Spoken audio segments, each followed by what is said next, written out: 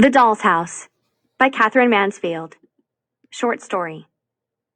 Background. The plot of The Doll's House relies on characters' awareness of class, the arrangement of society in order of rank, where the members of each class are considered inherently different from those of other classes. Katherine Mansfield was aware of the divisions in social classes in New Zealand, where she lived as a child, and in England, where she spent her adult life. About the author. Katherine Mansfield, born 1888, died 1923, was born in Wellington, New Zealand to an affluent family. She published her first stories at age 10 and moved to England in 1903 to complete her education. There, she married writer and editor John Middleton Murray and befriended modernist authors Virginia Woolf and D.H. Lawrence. Mansfield died tragically young of tuberculosis. She is still counted among the greatest short story writers in modern world history. The Doll's House by Katherine Mansfield. When dear old Mrs. Hay went back to town after staying with the Burnells, she sent the children a doll's house. It was so big that the carter and Pat carried it into the courtyard, and there it stayed, propped up on 2 wooden boxes beside the feed-room door. No harm could come of it. It was summer, and perhaps the smell of paint would have gone off by the time it had to be taken in. For, really, the smell of paint coming from that doll's house. Sweet of old Mrs. Hay, of course, most sweet and generous. But the smell of paint was quite enough to make anyone seriously ill, in Aunt Beryl's opinion, even before the sacking was taken off. And when it was, there stood the doll's house, a dark, oily spinach green, picked out with bright yellow. Its 2 solid little chimneys, glued onto the roof, were painted red and white, and the door, gleaming with yellow varnish, was like a little slab of toffee. 4 windows, real windows, were divided into panes by a broad streak of green. There was actually a tiny porch, too, painted yellow, with big lumps of congealed paint hanging along the edge. But perfect, perfect little house. Who could possibly mind the smell? It was part of the joy, part of the newness. Open it quickly, someone! The hook at the side was stuck fast. Pat pried it open with his penknife, and the whole house front swung back, and there you were, gazing at one and the same moment into the drawing room and dining room, the kitchen and 2 bedrooms. That is the way for a house to open. Why don't all houses open like that? How much more exciting than peering through the slit of a door into a mean little hall with a hat stand and 2 umbrellas? That is, isn't it? What you long to know about a house when you put your hand on the knocker. Perhaps it is the way God opens houses at the dead of night when he is taking a quiet turn with an angel. Oh! The Burnell children sounded as though they were in despair. It was too marvelous. It was too much for them. They had never seen anything like it in their lives. All the rooms were papered. There were pictures on the walls, painted on the paper, with gold frames complete. Red carpet covered all the floors except the kitchen. Red plush chairs in the drawing room, green in the dining room, tables, beds with real bedclothes, a cradle, a stove, a dresser with tiny plates and 1 big jug. But what Kezia liked more than anything, what she liked frightfully, was the lamp. It stood in the middle of the dining room table, an exquisite little amber lamp with a white globe. It was even filled all ready for lighting, though, of course, you couldn't light it. But there was something inside that looked like oil and moved when you shook it. The father and mother dolls, who sprawled very stiff as though they had fainted in the drawing room, and their 2 little children asleep upstairs, were really too big for the doll's house. They didn't look as though they belonged. But the lamp was perfect. It seemed to smile at Kezia, to say, I live here. The lamp was real. The Burnell children could hardly walk to school fast enough the next morning. They burned to tell everybody, to describe, to boast about their doll's house before the school bell rang. I'm to tell, said Isabel, because I'm the oldest, and you 2 can join in after, but I'm to tell first. There was nothing to answer. Isabel was bossy, but she was always right, and Lottie and Kezia knew too well the powers that went with being eldest. They brushed through the thick buttercups at the road edge and said nothing. And I'm to choose who's to come and see it first. Mother said I might. For it had been arranged that while the doll's house stood in the courtyard, they might ask the girls at school, 2 at a time, to come and look. Not to stay to tea, of course, or to come traipsing through the house, but just to stand quietly in the courtyard while Isabel pointed out the beauties and Lotta and Kezia looked pleased. But hurry as they might, by the time they had reached the tarred palings of the boys' playground, the bell had begun to jangle. They only just had the time to whip off their hats and fall into line before the roll was called. Never mind. Isabel tried to make up for it by looking very important and mysterious and by whispering behind her hand to the girls near her, "Got something to tell you at playtime." Playtime came and Isabel was surrounded. The girls of her class nearly fought to put their arms round her, to walk away with her, to burn flatteringly, to be her special friend. She held quite a court under the huge pine trees at the side of the playground. Nudging, giggling together, the little girls pressed up close. And the only two who stayed outside the ring were the two who were always outside, the little Kelvies. They knew better than to come anywhere near the Burnells.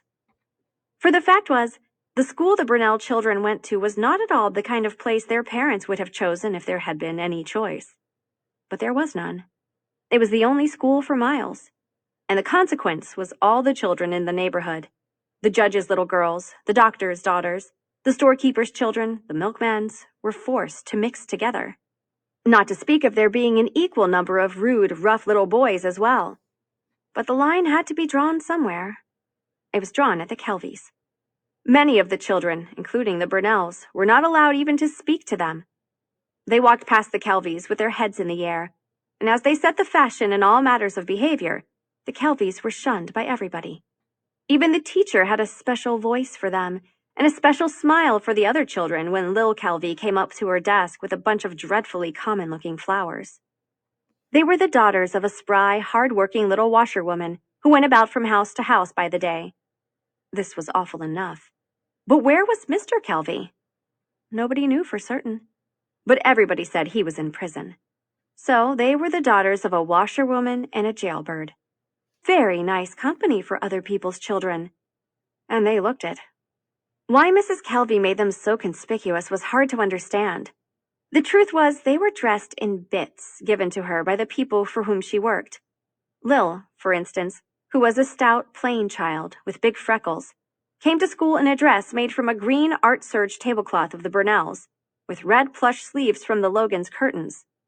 Her hat, perched on top of her high forehead, was a grown-up woman's hat, once the property of Miss Lecky, the postmistress. It was turned up at the back and trimmed with a large scarlet quill. What a little guy she looked! It was impossible not to laugh. And her little sister, our Else, wore a long white dress, rather like a nightgown, and a pair of little boy's boots. But whatever our Else wore, she would have looked strange. She was a tiny wishbone of a child, with cropped hair and enormous solemn eyes, a little white owl. Nobody had ever seen her smile. She scarcely ever spoke. She went through life holding on to Lil, with a piece of Lil's skirt screwed up in her hand. Where Lil went, our Else followed. In the playground, on the road going to and from school, there was Lil marching in front and our Else holding on behind. Only when she wanted anything, or when she was out of breath, our Else gave Lil a tug, a twitch, and Lil stopped and turned round. The Kelvies never failed to understand each other. Now they hovered at the edge. You couldn't stop them listening. When the little girls turned round and sneered, Lil, as usual, gave her silly, shamefaced smile, but our Else only looked. And Isabel's voice, so very proud, went on telling. The carpet made a great sensation, but so did the beds with real bedclothes, and the stove with an oven door. When she finished, Kezia broke in. "You've forgotten the lamp, Isabel." "Oh, yes," said Isabel. "And there's a teeny little lamp, all made of yellow glass, with a white globe that stands on the dining room table. You couldn't tell it from a real one." "The lamp's best of all," cried Kezia. She thought Isabel wasn't making half enough of the little lamp. But nobody paid any attention. Isabel was choosing the two who would come back with them that afternoon and see it. She chose Emmy Cole and Lena Logan. But when the others knew they were all to have a chance, they couldn't be nice enough to Isabel. One by one, they put their arms round Isabel's waist and walked her off. They had something to whisper to her, a secret. "Isabel's my friend." Only the little Kelvies moved away, forgotten. There was nothing more for them to hear. Days passed, and as more children saw the doll's house, the fame of it spread. It became the one subject, the rage. The one question was, "Have you seen Burnell's doll's house?" Oh, ain't it lovely? Have you seen it? Oh, I say. Even the dinner hour was given up to talking about it. The little girls sat under the pines eating their thick mutton sandwiches and big slabs of Johnny cake spread with butter, while always, as near as they could get, sat the Kelvies, our Else holding on to Lil, listening too, while they chewed their jam sandwiches out of a newspaper soaked with large red blobs. Mother, said Kezia, can't I ask the Kelvies just once? Certainly not, Kezia. But why not? Run away, Kezia. You know quite well why not. At last everybody had seen it, except them. On that day, the subject rather flagged. It was the dinner hour. The children stood together under the pine trees, and suddenly, as they looked at the Kelvies eating out of their paper, always by themselves, always listening, they wanted to be horrid to them. Emmy Cole started the whisper. Little Kelvy's going to be a servant when she grows up. Oh, how awful, said Isabel Burnell, and she made eyes at Emmy. Emmy swallowed in a very meaning way and nodded to Isabel as she'd seen her mother do on those occasions. It's true, it's true, it's true, she said. Then Lena Logan's little eyes snapped. Shall I ask her? She whispered. Bet you don't, said Jessie May. Pooh, I'm not frightened, said Lena. Suddenly, she gave a little squeal and danced in front of the other girls. Watch me now, said Lena. And sliding, gliding, dragging one foot, giggling behind her hand, Lena went over to the Kelvies. Lil looked up from her dinner. She wrapped the rest quickly away. Our Else stopped chewing. What was coming now? Is it true you're going to be a servant when you grow up, Lil Kelvy? Shrilled Lena. Dead silence. But instead of answering, Lil only gave her silly, shamed-faced smile. She didn't seem to mind the question at all. What a sell for Lena! The girls began to titter. Lena couldn't stand that. She put her hands on her hips. She shot forward. Yeah, your father's in prison, she hissed spitefully.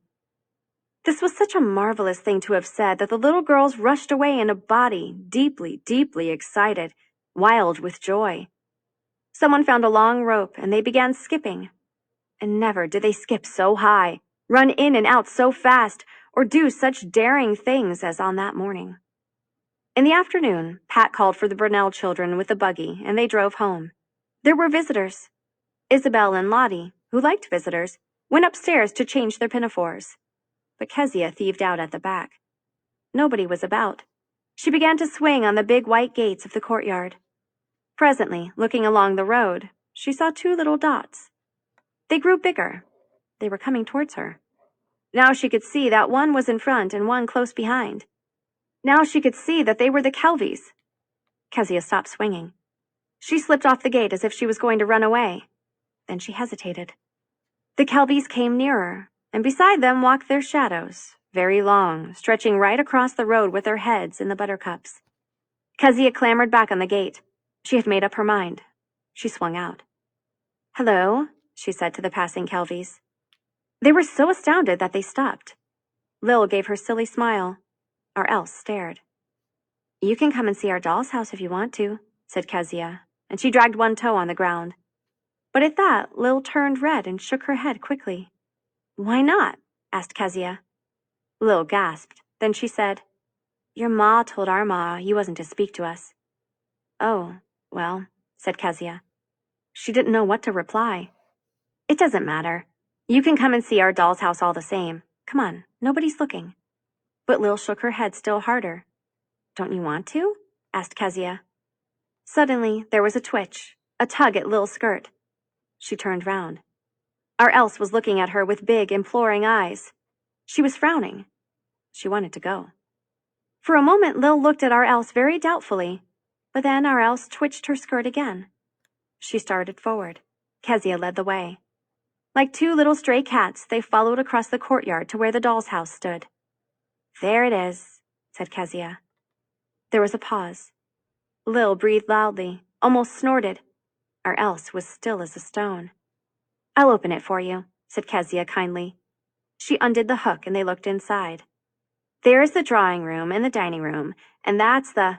Kezia! Oh, what a start they gave. Kezia! It was Aunt Beryl's voice. They turned round. At the back door stood Aunt Beryl, staring as if she couldn't believe what she saw. "How dare you ask the little Kelvies into the courtyard?" said her cold, furious voice. "You know as well as I do you're not allowed to talk to them. Run away, children, run away at once, and don't come back again," said Aunt Beryl, and she stepped into the yard and shooed them out as if they were chickens. "Off you go immediately," she called, cold and proud. They did not need telling twice. Burning with shame, shrinking together, Lil huddling along like her mother, or else dazed. Somehow they crossed the big courtyard and squeezed through the white gate. "Wicked, disobedient little girl," said Aunt Beryl bitterly to Kezia. She slammed the doll's house, too. The afternoon had been awful. A letter had come from Willie Brent, a terrifying, threatening letter, saying if she did not meet him that evening in Pullman's Bush, he'd come to the front door and ask the reason why. But now that she had frightened those little rats of Kelvies and given Kezia a good scolding, her heart felt lighter. That ghastly pressure was gone. She went back to the house, humming. When the Kelvies were well out of sight of Burnell's, they sat down to rest on a big red drain pipe by the side of the road. Lil's cheeks were still burning. She took off the hat with the quill and held it on her knee. Dreamily, they looked over the hay paddocks, past the creek, to the group of wattles where Logan's cows stood waiting to be milked. What were their thoughts? Presently, our Else nudged up close to her sister, but now she had forgotten the cross lady. She put out a finger and stroked her sister's quill. She smiled her rare smile. "I seen the little lamp," she said softly. Then both were silent once more.